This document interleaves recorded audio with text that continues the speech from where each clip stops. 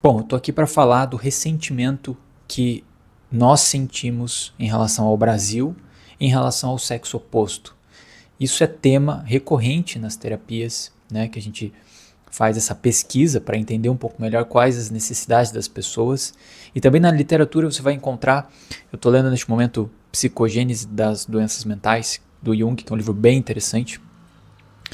Mas o brasileiro, falando agora em particular do brasileiro, mas não é só uma exclusividade nossa, tá? Mas é mais para a gente focar em um tema específico.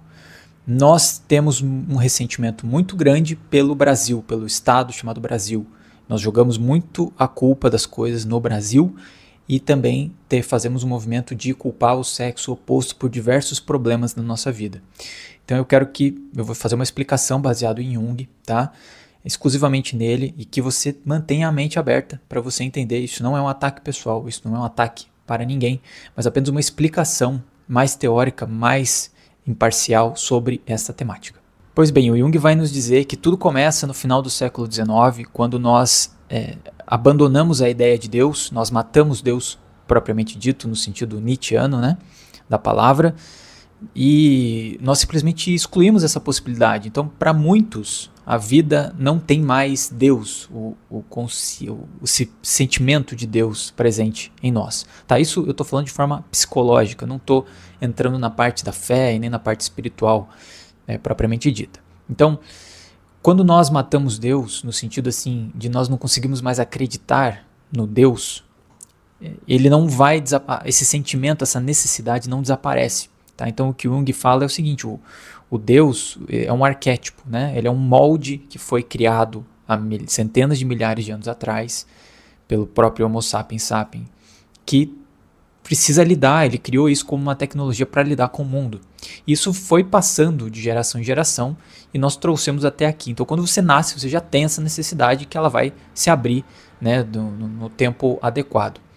Então quando a gente tem essa necessidade, e daí nós canalizávamos isso na religião. Então você tem lá o catolicismo, por exemplo, ele é a antítese da matéria. Então nós temos essa necessidade material, essa necessidade animal de viver, de consumir, de acumular e de ter experiências e tudo mais. E a religião foi criada como uma antítese da matéria para fornecer este instinto, que o Jung também vai dizer no livro Energia Psíquica, que a religião e essa espiritualidade também é um instinto, ou seja, ele está na base do ser humano, que a gente chama de arquétipos, que são essas imagens e emoções, essas ideias que já nascem com a gente desde então.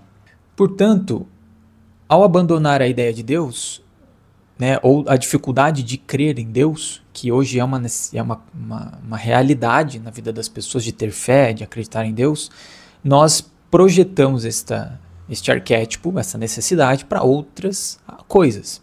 E adivinha só para o que a gente colocou? Nós colocamos basicamente em duas instituições, na ciência e no Estado. Por mais que você possa não entender, não conscientizar isso, não compreender, foi esse o movimento que o ser humano fez. Ele colocou na ciência e no Estado a sua fé em Deus, ou a projeção de Deus como aquele ser que pode salvar nossas vidas, que ele é grande, que ele é onipotente, que ele é onisciente, na medida do possível. Então a gente fez uma adaptação a essa necessidade. Ela não vai sumir, ela não some. O ateu, o agnóstico, é uma necessidade que há dentro de nós. Nós simplesmente ou colocamos para debaixo do tapete, tentamos suprimir essa necessidade, ou a gente projeta para outras coisas. O problema do Estado e da ciência é que são feitos de humanos. Então, e não tem aquela chancela, né, do espiritual. Então, como que você pode confiar no ser humano? Né? Porque o Estado é feito de pessoas, a ciência é feita de pessoas. E elas são utilizadas como fins políticos, tanto a ciência quanto o Estado é manipulado por diversas pessoas para interesses particulares. Como a gente pode muito bem ver aqui no Brasil. Então, muita gente deposita a esperança de que a ciência vai resolver os seus problemas, ou de que a tecnologia, né, científica vai conseguir resolver alguns problemas, mas principalmente no Estado. Essa é uma herança muito dita que veio dos portugueses e tudo mais, mas é uma relação que aconteceu no mundo todo, no Ocidente todo propriamente dito, e a gente sofre aqui no Brasil com isso. Então a gente olha para o Estado como um pai supremo. Essa é a questão. e ele não corresponde a essa necessidade, gerando uma frustração enorme, um sentimento de raiva, um sentimento de traição de um pai que não cuida de seu filho. Tá? Então esse é um sentimento de ressentimento que o brasileiro tem com o Brasil. Com relação ao sexo oposto, hoje nós temos uma falta de profundidade no feminino e no masculino, nós não conseguimos muito bem compreender que há o feminino e o masculino dentro de nós. A gente não consegue compreender muito bem essa questão e nós, naturalmente, quando a gente vai se envolver em um relacionamento, ou se a gente tem uma atração física, a gente projeta determinado complexo na outra pessoa que tem dentro de nós, que também corresponde à realidade. Você não vai projetar algo do nada, ou seja, numa pessoa que não tenha nada daquilo. Mas o que você vai perceber, se você for aprofundar na sua mente, é de que aquilo é uma projeção sua que vive dentro de você. Então, por exemplo, quando você tem o seu pai, aquele complexo paterno, que é uma identificação que existe desde que nós nascemos, ninguém precisa ensinar esse tipo de questão, ele simplesmente brota e ele floresce, ele vive dentro de nós. Então a gente pode pegar depois esse complexo paterno e projetar em outra coisa, Então, por exemplo, uma mulher heterossexual, ela pode fazer isso, não é regra, mas ela pode projetar o complexo paterno em um relacionamento de um namorado. Ou ela pode projetar o seu ânimos, que aí é um outro assunto que eu posso aprofundar em outro momento, que é uma classificação do nosso inconsciente, que é um intermediador entre o consciente e o inconsciente, que normalmente é do sexo oposto ao qual nós nascemos. Então a gente faz essa projeção, e aí a gente espera que aquela pessoa corresponda a este complexo. E a gente muitas vezes tem esse problema de não correspondência daquilo que nós esperamos. De forma bem mais simples falando, nós temos expectativas e as pessoas não correspondem a essa expectativa, a gente fica ressentido, nós temos experiências ruins e nós se fechamos. E aí é mais confortável, de fato, a gente culpar e olhar as coisas ruins que há no outro. E quando você começa a olhar de forma negativa, você começa a somente olhar o negativo. Então você já espera determinado comportamento negativo. Então a tendência que você encontre pessoas daquilo que você espera, daquilo que você atrai, é muito maior do que aquilo que você não corresponde. Porque se você identifica, por exemplo, as características positivas do sexo oposto, você talvez nem identifique que é o sexo oposto, portanto não haja nem atração. Consegue entender?